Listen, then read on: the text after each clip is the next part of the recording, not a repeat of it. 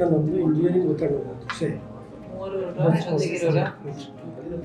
ಇವಾಗ Chamarajanagar sir Mysuru government seat ಆಗಿದೆ. But ಅವರು ಹೆಲ್ತ್ ಸರಿ ಇದಕ್ಕೋಸ್ಕರವಾಗಿ ಇಲ್ಲಿ ಟ್ರಾನ್ಸ್ಫರ್ ತೊಗೊಳಕ್ಕೆ ಸೊ ಎಲ್ಲಿಗೆ ಸೇರ್ಕೋಬೇಕು ಈಗ ದಾವಣಗೆರೆ ಇಂಜಿನಿಯರಿಂಗ್ ಮುಗಿತು ಮೇಡಮ್. ಸೆಕೆಂಡ್ ಸೆಮ್ ಮುಗಿತೈತಿ ಈಗ. ಸೆಕೆಂಡ್ ಇಯರಿಗೆ ಜಾಯ್ನ್ ಆಗ್ಬೇಕು. ಮತ್ತೆ ಬಿಟ್ಟು ಅಂದ್ರೆ ಜಾಯ್ನ್ ಆಗಕ್ಕೆ ಅವ್ರದ್ದು ಹೆಲ್ತ್ ಏನಾಗುತ್ತೆ ಮೇಡಮ್, ಕಲಿಸ್ಬೇಕು ಬಿಟ್ಬಿಡ್ತಾರೆ. ಜಾಸ್ತಿ ಇಲ್ಲಂಗಿರುತ್ತೆ ಎಲ್ಲ ಚೆಕ್ ಮಾಡಿಸೋದು ಮೇಡಮ್. ಯಾಕಂದರೆ ಈಗ long What is the diagnosis?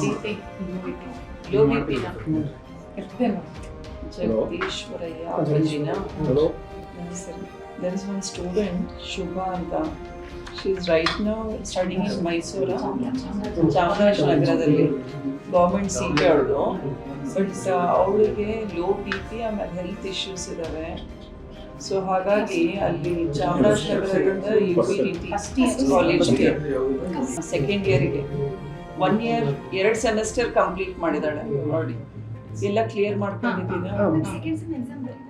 Second sem exam ಇನ್ನ ಬರ್ದಿಲ್ಲ ಅಂತ ಅವಳು. ಎಕ್ಸಾಮ್ ಯಾವಾಗಿತ್ತೆ? ನೆಕ್ಸ್ಟ್ ಜುಲೈನಲ್ಲಿದೆ ಅಂತೆ.